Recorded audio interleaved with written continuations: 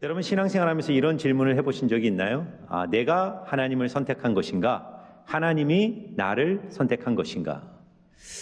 이게 작은 질문이지만요. 이 교회 역사 속에서 지금까지 진행 중인 가장 치열한 논쟁 중에 하나입니다. 이 논쟁의 대표적인 두 신학자가 어거스틴, 5세기, AD 5세기에 있었던 어거스틴과 펠라기우스라는 두 신학자입니다. 어거스틴은 이런 말을 했어요. 인간은 절대 자신의 능력으로 하나님을 믿을 수도 찾을 수도 없다. 전적인 100% 하나님의 은혜를 통해서만 인간은 하나님을 찾을 수 있고 믿을 수 있다라고 말한 것입니다. 우리가 원죄의 교리를 믿잖아요. 이 원죄를 통해서 인간이 전적으로 부패했다는 것은 도덕적 부패를 말하는 것이 아닙니다. 이 영적 부패, 하나님과의 관계 속에서 우리의 지성, 우리의 감성, 우리의 의지가 다 무력화되어서 하나님을 알 수도 없고 사랑할 수도 없고 하나님의 뜻을 선택할 수도 없는 영적 무능의 상태에 떨어졌다. 이것이 어거스틴의 주장입니다. 그런데 이 주장에 반론을 핀 신학자가 누구냐면 펠라기우스라는 수도승이에요. 이 수도승은 어떤 얘기를 했냐면 인간은 자유의지가 있다. 인간은 하나님을 배격할 수도 있고 하나님을 선택할 수도 있다는 거예요. 원죄는 없다는 거예요. 죄라는 것은 아담의 죄를 우리가 물려받은 것이 아니라 아담의 죄를 답습한다는 거예요. 답습할 수도 있고 답습하지 않을 수도 있다. 인간의 결정에 달려 있다는 것이죠. 이것이요, 초대교회 안에 엄청난 이 AD 5세기부터 심지어 지금까지도 장르교와 이 감리교의 두 신학 사상의 충돌은 바로 이 칼빈주의와 이 알미니안인데 이 더 본류를 찾아가면 어거스틴과 펠라기우스가 있는 겁니다. 그래서 초대교회는요, 교회회의, 카르타고회의라는 교회회의를 소집해서 이 분쟁의 종지부를 찍었는데 바로 펠라기우스를 이단으로 정죄하고 어거스틴의 손을 들어준 것입니다. 100% 하나님의 은혜, 하나님의 선택을 통해 인간을 구원을 받는다. 이것을 초대교회는 결정을 한 것입니다. 자, 그런데 신학적 결론은 그렇게 맺었는데 실제적으로 교회의 실제적 현장에서 가톨릭 교회는 100% 하나님의 은혜가 아니라 50% 하나님의 은혜, 50% 인간의 공로라는 새로운 신학적인 타협안을 받아들인 것입니다. 다시 이것을 다른 말로 하면 신인 협력설, 구원은 신과 인간이 함께 협력하여 이루어가는 것이다. 그래서 인간의 행위의 중요성, 인간의 공로의 중요성을 열어놓으면서 어떤 일이 발생하는 것입니까? 교회 안에 엄청나게 비성경적 악습들이 들어오는 거예요. 고해성사, 마리아 숭배, 성상 숭배, 칠성례 이런 것들이 중세 카톨릭의 천년의 암흑기를 만들어낸 것입니다. 그러다가 1517년 마틴 루터라는 이 가톨릭의 사제가 로마서를 읽다가 복음을 재발견한 거예요. 어거스틴의 신학을 다시 붙든 겁니다. 그러면서 종교개혁을 일으켰는데 솔라 그라치아, 오직 은혜라는 위대한 선언으로 개신교의 종교개혁을 시작한 겁니다. 그러니까 마틴 루터가 붙든 건 뭐냐? 오직 우리는 은혜로, 오직 믿음으로 성경으로 우리는 구원을 받는다. 이 성경적 기독교로 마틴 루터는 돌아가자라는 종교개혁을 일으키게 된 거예요. 자, 오늘 우리가 보게 되는 이 사도 바울의 회심의 사건은요, 바로 이 신학적 어거스틴의 신학을 가장 선명하게 보여주는 회심의 본질을 가장 선명하게 보여주는 사건입니다. 오늘 사도 바울의 회심 사건을 통해 기독교 회심의 본질이 무엇인지, 그리고 나는 하나님 앞에 바르게 회심한 자인지를 스스로 한번 점검해 보는 시간이 되었으면 좋겠어요. 여러분, 우리가 회심이라는 단어는요, 꼭 기독교에서만 쓰는 단어가 아닙니다. 보통 세상 사람들도 나 회심했어 이런 말을 할 때 그 의미는 뭐죠? 과거의 잘못된 생각이나 습관이나 행동으로부터 나는 돌이켰다, 생각을 바꿨다, 삶의 패턴을 바꿨다 할 때 나는 회심했다 이렇게 말하는 거죠. 나의 결정, 나의 의지, 나의 선택을 통해 무엇인가를 바꾸를 때 회심했다라고 말하는 거예요. 그래서 이 세상에서 말하는 회심에서 제일 중요한 것은 회심의 주체가 나죠, 나의 노력, 나의 결단, 나의 선택인 겁니다. 그러나 기독교의 회심은 뭐가 다르냐면 그 회심의 주체가 철저히 하나님이라는 사실입니다. 하나님께서 회심의 주체로 등장하는 거예요. 자, 오늘 바울이 되기 전에, 예수님을 만나기 전에 사울이라는 한 청년이 등장합니다. 이 사울이 어떤 모습인지를 볼까요? 1절 말씀입니다. 같이 한번 읽겠습니다. 시작. 사울이 주의 제자들에 대하여 여전히 위협과 살기가 등등하여 대제사장에게 가서. 자, 이 사울이요, 예수를 만나기 전에 어떤 청년이었는데 유대교를 신봉하는 철저한 바리새인이죠. 근데 그의 마음속에 뭐가 있습니까? 위협과 살기가 등등했다. 이 등등했다라는 헬라어 표현은 충만하여 지배하는 상태예요. 마음을 무엇인가 가득히 충만히 채우고 있는데 그게 어떤 겁니까? 이 유대교라는 종교적 신념이 사울의 마음을 강하게 붙잡고 있는 거예요. 그리고 종교적 신념으로부터 나오는 이 증오심, 살기, 위협, 이런 이 감정이 이 사울의 마음을 강하게 붙들고 있어요. 사울은 예수를 믿는 이 이단 종파에 대한 분노, 이 증오의 감정으로 충만해 있었던 것입니다. 그래서 어떻게 하냐면 이 사람이요, 감정에 따라 움직이잖아요. 지금 내 마음을 지배하고 있는 어떤 에너지, 신념, 내 마음의 어떤 생각들이 나를 끌고 가는데, 자, 2절을 보시면 사울이 어떻게 합니까? 다메섹 여러 회당에 가져갈 공문을 청하니 이는 만일 그 도를 따르는 사람을 만나면 남녀를 막론하고 결박하여 예루살렘으로 잡아오려 함이라. 이 다메섹이라는 것은 예루살렘으로 한 217km 북쪽에 있는 그 당시에 뉴욕, 오늘날로 말하면 서울과 같은 대도시입니다. 거기에 200만 명의 유대인들이, 디아스포라 유대인들이 회당을 결성해서 살고 있었는데, 예루살렘 박해를 피해 도망간 이 그리스도인들이 다메섹에서 이 복음을 막 전하면서 기독교를 막 전파하고 있는 것입니다. 이 사울의 입장에서는 이걸 막지 않으면 이 곰팡이 같은, 암세포 같은 이 기독교 복음이 전 세계에 퍼져간다라는 두려움이 있었던 거예요. 그래서 사울은요, 체포절을 결성하고 인간 사냥에 나서는 겁니다. 무장한 사람들을 동원해서 이 사람을 잡아오기 위한 원정길을 나서는 장면이 오늘 본문의 내용인 것입니다. 여러분, 우리가 보는 영화 중에 로드무비라는 영화의 장르가 있습니다. 로드무비, 로드라는 게 길이잖아요. 그러니까 이 로드무비란 대부분 어떤 이동의 과정, 길을 사람들이, 등장인물이 이동하는 과정 속에서 발생하는 여러 가지 사건이나 또는 변화라든가 어떤 등장인물의 성장을 다루는 영화가 로드무비입니다. 그러니까 오늘 본문은요, 일종의 로드무비라고 보시면 돼요. 그래서 사도 바울이요, 사울이 2절에서 이제 내가 공문을 받아서 그리스도인을 잡아온다고 할 때 그 그리스도인을 뭐라고 표현하냐면 그 도를 따르는 사람, 그 도를 따르는 사람은 남녀를 막론하고 모두 잡아서 오겠다, 이렇게 말해요. 그리스도인을 뭐라고 규정하냐면 그 도를 따르는 사람, 이 도라는 길, 도자를 쓰는 거예요. 다시 말해서 그리스도인이란 새로운 길을 걷는 사람들이다, 이렇게 규정하는 것이죠. 여러분, 우리가 기독교로 들어가는 첫 출입문에 회개가 있지 않습니까? 회개를 헬라어로 메타노이어라고 해요. 메타노이어는 유턴한다는 뜻이에요. 그러니까 그리스도인이 된다는 건 뭐냐면 내가 걷는 어떤 길이 있었어요. 이 길을 걷다가 복음에 부딪히고 은혜를 체험하면서 새로운 길을 향하여 돌이키는 것, 그리고 그 길을 걷는 사람, 그를 바로 그리스도인이라고 말하는 것입니다. 예수님께서도 뭐라 그랬습니까? 내가 곧 길이요 진리요 생명이다, 이렇게 말하죠.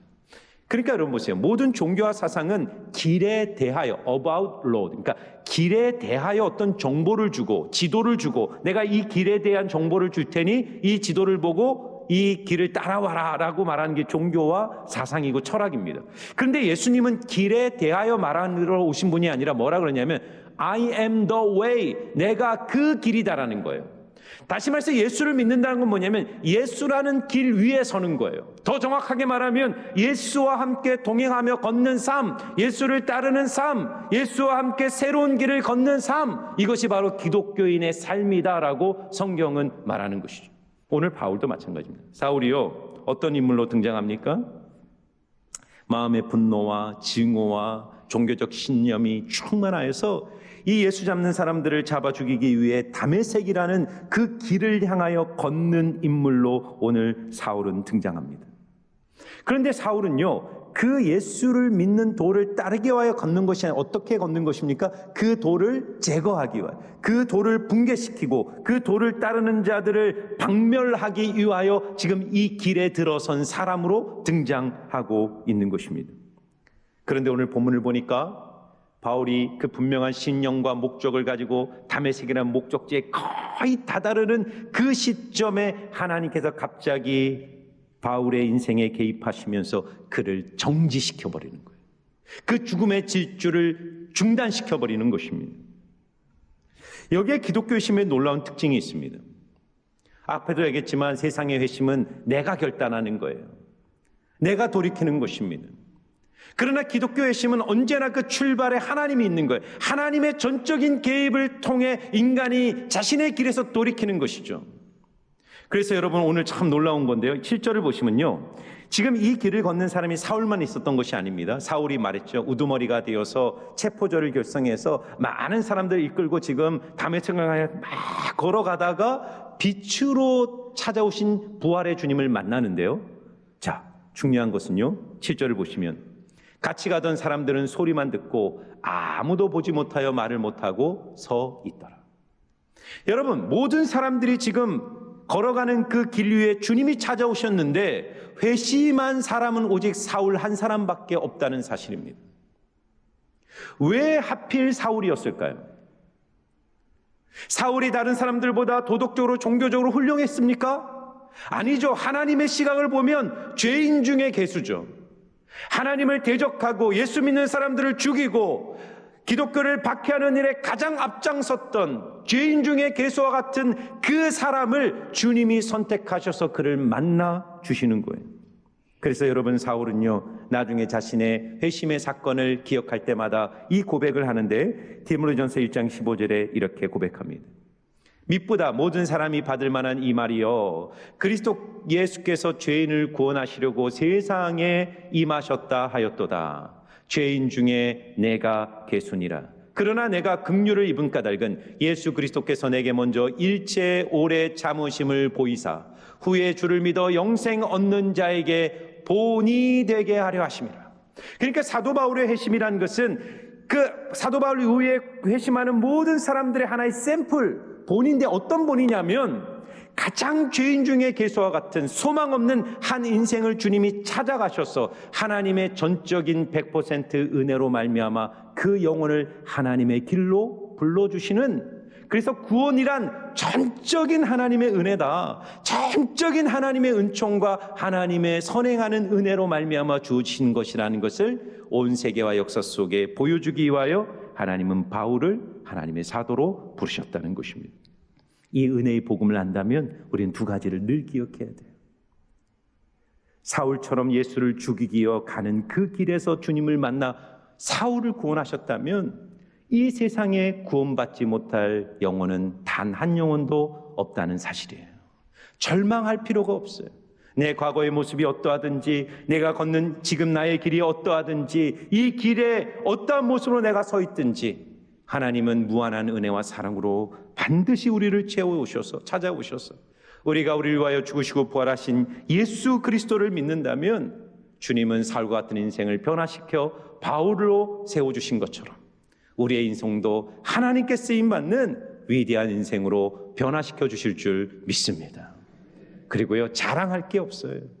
구원은 100% 하나님의 은혜이기에, 100% 하나님이 주신 무한한 사랑의 결과이기에 나의 구원, 나의 인생 어느 것도 자랑할 것이 없어요. 하나님이 주신 은혜가 있다면 다 하나님의 은혜임을 알고 오직 하나님께만 감사와 영광을 올리시는 여러분들 되시기를 주의 이름으로 축원합니다. 여러분, 우리가 은혜로 회심을 하는 거예요. 그러면 은혜로 회심을 한 사람들에게 삶에 나타나는 가장 중요한 회심의 표징이 있어요. 진정성. 회심의 본질이 뭐냐? 회심이란 것은 도대체 어디로부터 뭐가 바뀌는 거냐? 교회 안 나가는 사람이 교회 나가는 것이 회심이냐? 좀 이렇게 나쁘게 살던 사람이 도덕적으로 좀 훌륭해지는 게 회심이냐? 회심의 가장 뿌리에 뭐가 있느냐? 이 문제를 오늘 본문은 우리에게 말하고 있는 것입니다. 여러분 보세요. 예수를 만나기 전에 사울은요, 굉장히 강한 신념의 사람입니다.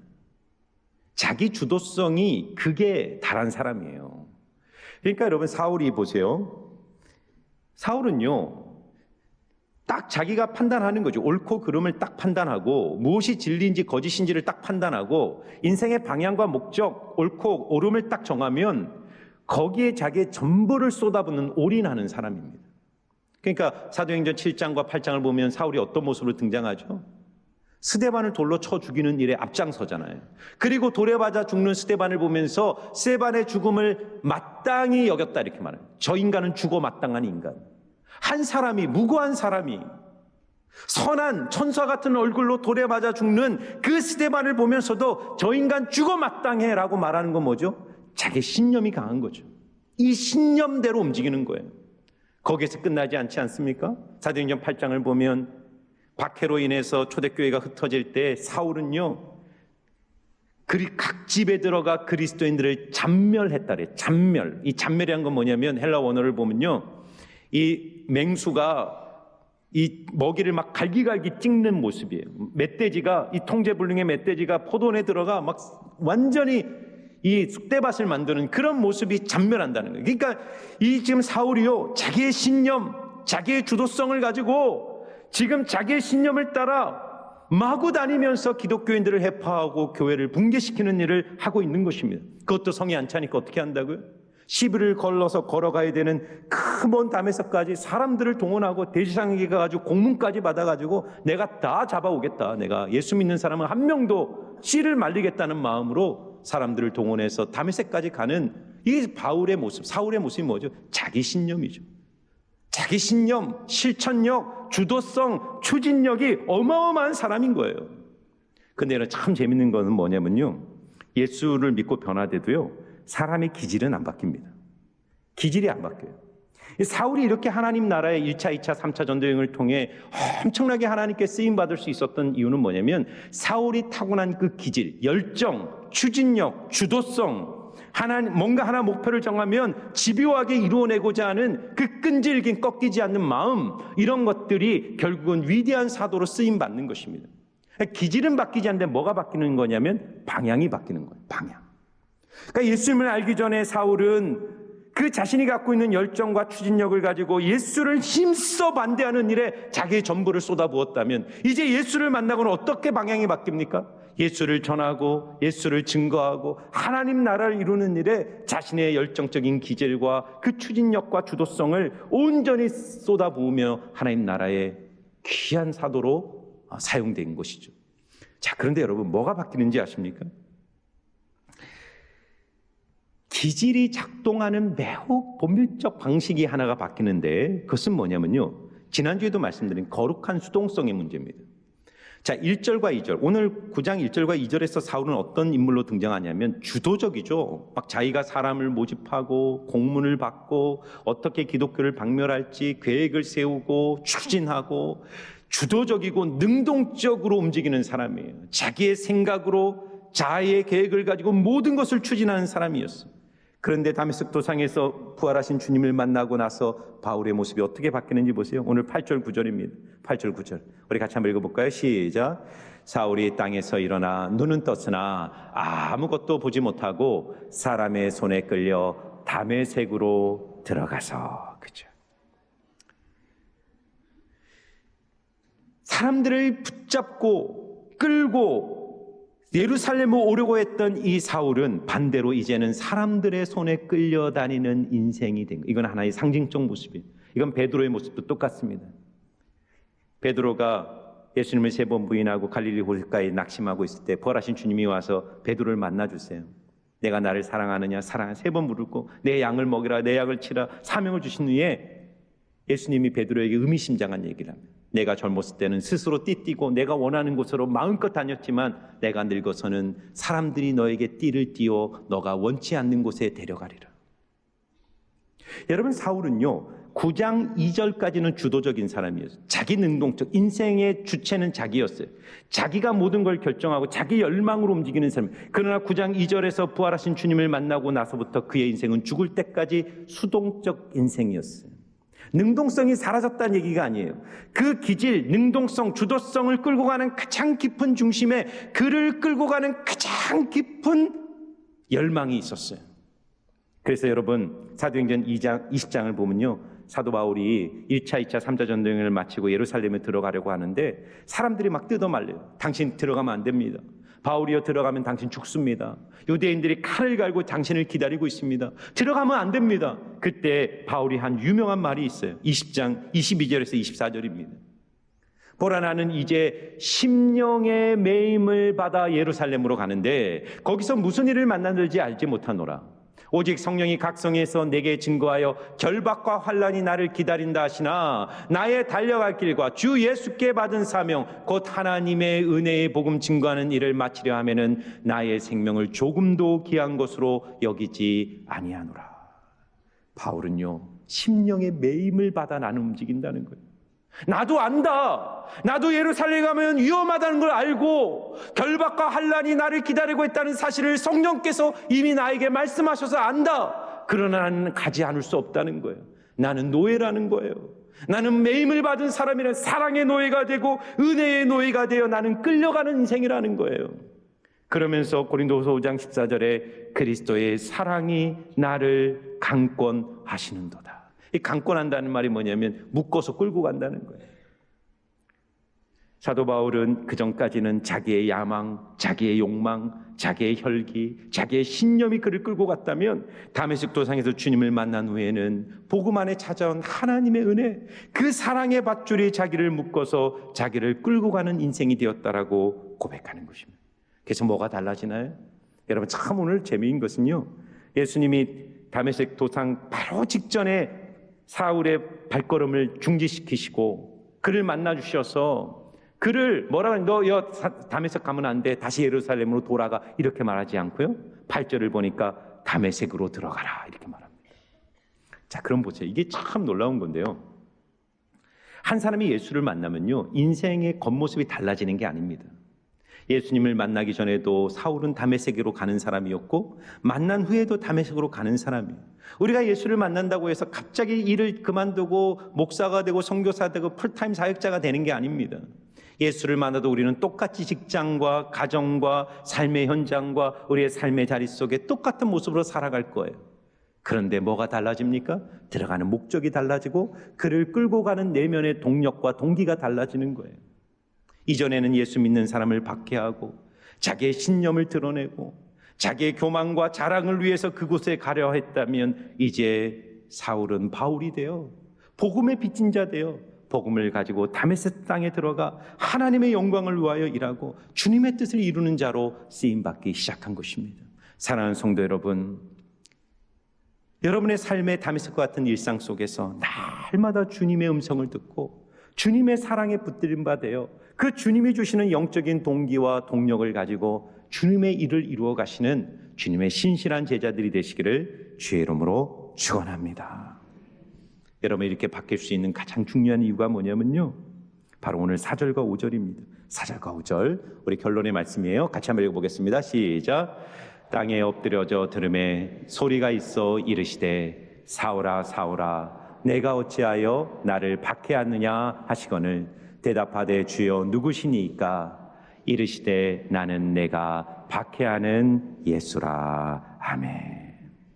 한 사람의 인생이요, 자기 능동성, 자기 주체성, 스스로 주인이 됐던 삶에서 예수님의 종이 되고 예수님의 사람이 되는 가장 중요한 변화의 핵심은 뭐냐면 내가 예수님을 인격적으로 만나느냐는 거예요. 사울의 변화를 설명할 수 있는 건 하나밖에 없어요. 사울은 예수를 혐오했어요. 왜냐하면 자기가 메시아라고 주장한 그 예수가 십자가에 못 박혀서 무력하게 죽었다? 이거는 수치죠. 이건 부끄러움이에요. 이게 사기꾼이에요. 이거는 사이비 이단의 교주라고 생각한 거예요. 저 예수라는 인간은 완전히 사기꾼이고 사람들을 현혹해서 십자가에 죽은 주제에 자기가 메시아라고. 그런데 그렇게 혐오하고 무시했던 예수가 영광의 빛으로 다메섹 길 가운데 자기를 만나 주셨을 때 사울은요, 예수라는 한 인격 앞에 굴복할 수밖에 없었던 것입니다. 사랑하는 여러분, 머리로 아는 예수가 아니라 존재로 나를 만나주시는 부활하신 주님을 여러분들이 진정으로 만나시기를 주의 이름으로 축원합니다. 여러분, 영생은 요한복음 10장 3절을 보면 영생은 유일하신 하나님과 그가 보내신 자 예수 그리스도를 아는 것이니이다 이렇게 말해요. 누가 하나님을 아냐면 예수를 아는 것이에요. 이 땅에 오신 예수님을 만나고 예수님을 아는 것인데, 이때 안다라는 것은요, 히브리어 아다라는 단어를 쓰는데 이건 동침한다는 뜻이에요. 경험적 알미, 인격적 알미입니다. 체험적 알미예요. 우리가 하나님께 마음을 열고 부활하신 주님을 내 인생의 구세주와 구원자로 온전히 내 인생의 주도권을 내어 맡길 때 영광의 주님, 빛으로 내 인생에 찾아오셔서 나를 만나주시는 그 영광의 주님을 만나게 될 줄 믿습니다.